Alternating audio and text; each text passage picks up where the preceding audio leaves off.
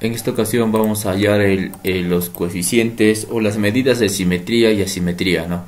Y vamos a empezar por el sesgo. El sesgo, esto mide, pues, generalmente mide la simetría, ¿no? La simetría y la simetría de este conjunto de datos. Ese conjunto de datos que vamos a son datos no agrupados, porque no están agrupados en intervalos, están así indistintamente. Entonces, para calcular el coeficiente de sesgo, lo primero que vamos a hacer es para datos muestrales, o sea, datos finitos, ¿ya? ¿Qué es lo primero que se tiene que hacer para datos muestrales? Vamos a hallar el número de datos, como, a ver, simplemente hacemos un conteo de todo esto y son 13 datos, ¿no? Ese es nuestro valor, nuestro número de datos. Entonces esta es la media, también esta es la media que hemos calculado. A ver, rojito o así, la media. Y acá vamos a calcular la precipitación, o sea, esos datos, cada uno de esos datos le vamos a restar la precipitación media y eso lo vamos a elevar al cubo. Ya, entonces empezamos por acá. Este dato, abrimos paréntesis, este dato menos la precipitación media, no, lo fijamos con la tecla F4, cerramos paréntesis, A94 al cubo y ya tenemos ahí los datos, y esto lo vamos hasta abajo, no, a ver, un poquito más ahí. Ya, como son números grandes, lo vamos a poner en formato científico, que está acá, listo. Ya, y acá también hacemos una suma. A ver, más suma, acá más sum, y aquí vamos a tener la suma de esto, ¿no? Y esto va a ser la suma y lo vamos a marcar con color rojo. Ya, entonces esta sumatoria lo vamos a dividir entre el número de datos y vamos a tener un coeficiente un M3, ya, lo vamos a llamar un M3, ya, a ver, M3, así.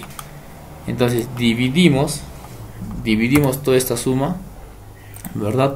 Y lo dividimos entre el conjunto de datos, que es 13, y tenemos este valor, M3, que también, como es largo, lo vamos a poner en científico. Listo. Una vez obtenido eso, vamos a calcular un factor llamado S. Y para el factor S vamos a aplicar acá casi lo mismo, pero acá simplemente que esto va a ser al cuadrado. Entonces aplicamos un paréntesis, abrimos esto menos el promedio con un F4 y lo elevamos al cuadrado, ¿verdad? Hasta acá, y también aplicamos esta suma, que va a ser la suma de todos estos. Entonces a esta sumita lo vamos a dividir, a esta suma lo vamos a dividir entre el número de datos menos 1. Entonces más, abrimos esta suma entre el número de datos menos 1, ya que vendría a ser, esto sería en sí, no, la desviación estándar, y lo vamos a dividir al cuadrado o a la 0.5. Lo vamos a elevar a la 0.5 como es estrella de la raíz cuadrada. Entonces esto es la desviación estándar, que sería, a ver, si aplicamos la fórmula como ya hemos visto, más st datos muestrales de todo esto, sería esto, ¿no? Ya esa es la desviación estándar. Entonces vamos a aplicar el coeficiente de sesgo, sería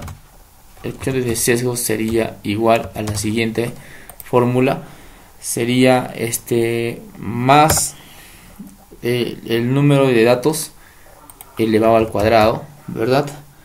Por este factor M3, a eso le dividimos el número de datos menos 1, también lo dividimos entre el número de datos menos 2, y finalmente todo esto entre la desviación estándar elevado al cubo, y eso sería nuestro coeficiente de sesgo. Y para evitar hacer todo este cálculo, simplemente vamos a aplicar la función, a ver, acá está, más, este es en inglés, ¿no? Este es para datos muestrales y el de abajo es para datos poblacionales. Aplicamos esto, seleccionamos los datos y vemos que es igual, ¿verdad? Acá está. Y este dato, a ver si en 4 decimales nada más, en 4 decimales va a ser igual a este dato de acá, en 4 decimales. Ahí está, ¿ve?